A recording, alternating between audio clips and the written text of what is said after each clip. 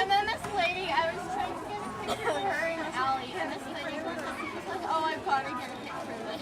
That's right, originality, you guys. The first episode was kind of crazy, because like we didn't know what we were gonna do. But then before we recorded the next week, we kind of sat down and we took other podcasts that we had listened to and kind of looked at how they did their shows and how we could model ours in a organized fashion.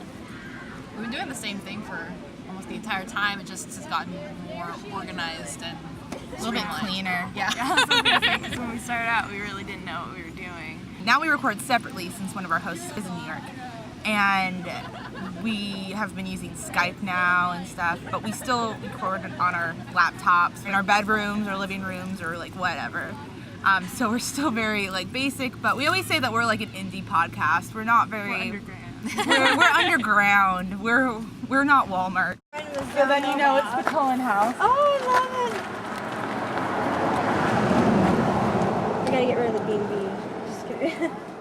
Hello, Twilight Nation. Today is September 13th, 2009. Happy birthday to Bella. And because we're partying up in Forks, this is Stephanie Meyer Palooza, episode 66 of Twilight is Anonymous.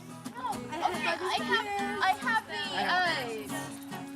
It's about having fun. It's not about us becoming famous or anything like that. It's just we talk about something we like because And we like connecting with people and meeting people. We're here with some of our listeners from Idaho and Utah that we've never met before. We just talked through our forums on our websites. We like bringing people together and kind of giving them a ground where they can talk about, what they love. And if what they love is Twilight, then we're going to support that. Handle it. I try to talk to him about it. I get to create, and I get to create things that people want and ideas that people want and put them into tangible, visible kind of things. I definitely love to work from other people's ideas, but it can get a little frustrating when they don't even know what their idea is. They just know they want something cool.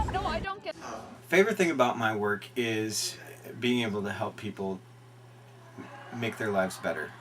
It seems to me that we live in a culture that does not do a very good job of supporting one another inherently, because we live in a very individualistic culture that also doesn't allow room for weakness or vulnerability. And so it's hard for people outside of the church to allow themselves to be broken. But most people in this world are inherently broken. And it's in the walls of the church that they find other people who are admitting that they're broken too and that they need help, and that none of us can do this life on our own. We need each other, we need community, we need faith, and faith in something greater than ourselves.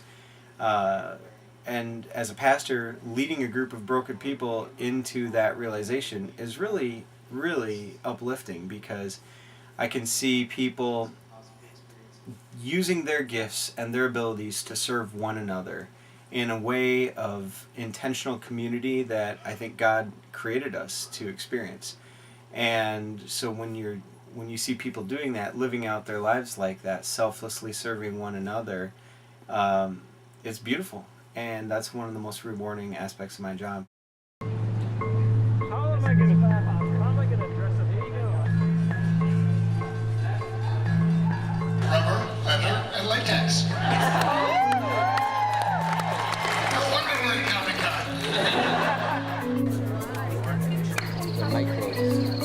It trembles. I'm Sarah. I am from Kettering, Ohio, and I'm dressed as Uncle Iroh. I'm Erin. I'm from Kettering, Ohio, and I'm dressed up as Fire Nation Suki. I'm Olivia, and I'm from San Diego, California, and I am dressed up as Katara from Avatar. I'm Coral, and I'm from San Diego, California, and I'm dressed up as Tylee.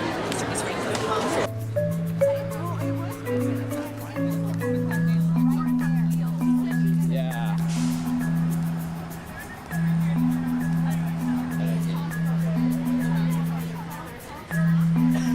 Just the story that draws you in, and the Stephanie Meyer's writing, and just everything. Her descriptions, and the love story, the forbidden, unconditional love story. We have to get in. Yeah. The only reason we came to Comic-Con was to see the entire panel. It's nice to see them up there, to get to see the director and all the actors.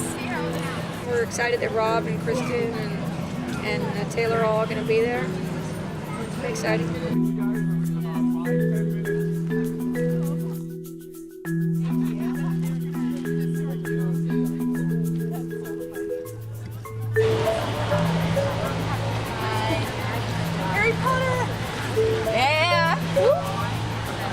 My fiance left to go visit his mom for like 3 weeks, and the day after he left, I was like, ugh, I need something to do, and somebody handed it to me. You know, everybody's trying to get everybody. And somebody handed it to me, and I was like up day and night. I started on a Thursday, and by Saturday I was like on book 3, and it was my best friend's bridal shower that day, and I was like, oh, and I couldn't put it all down.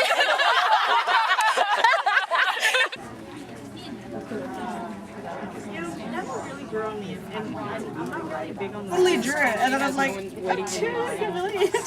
At the time, they had things like fan art archives, where people would just collect a whole bunch of fan art for people to view and stuff on a particular website. So I would submit my art to that, and also try and communicate with people who wrote fan fiction. And it was really nice. It was very welcoming. I was very happy to do it. I never had any bad experiences, and so I think that's why I just kept going and progressing. And once the Harry Potter books came out, that's when I just kind of made the switch.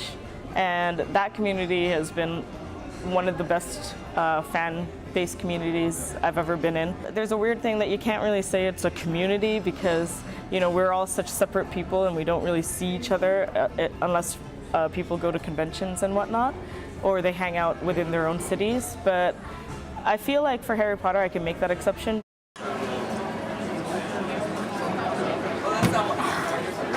I can remember the very first time I saw Star Wars. It was when it first aired on TV, and I think it was in 1980.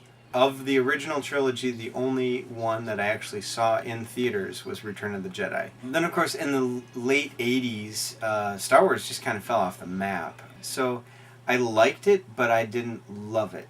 I wasn't a fan yet, I don't think.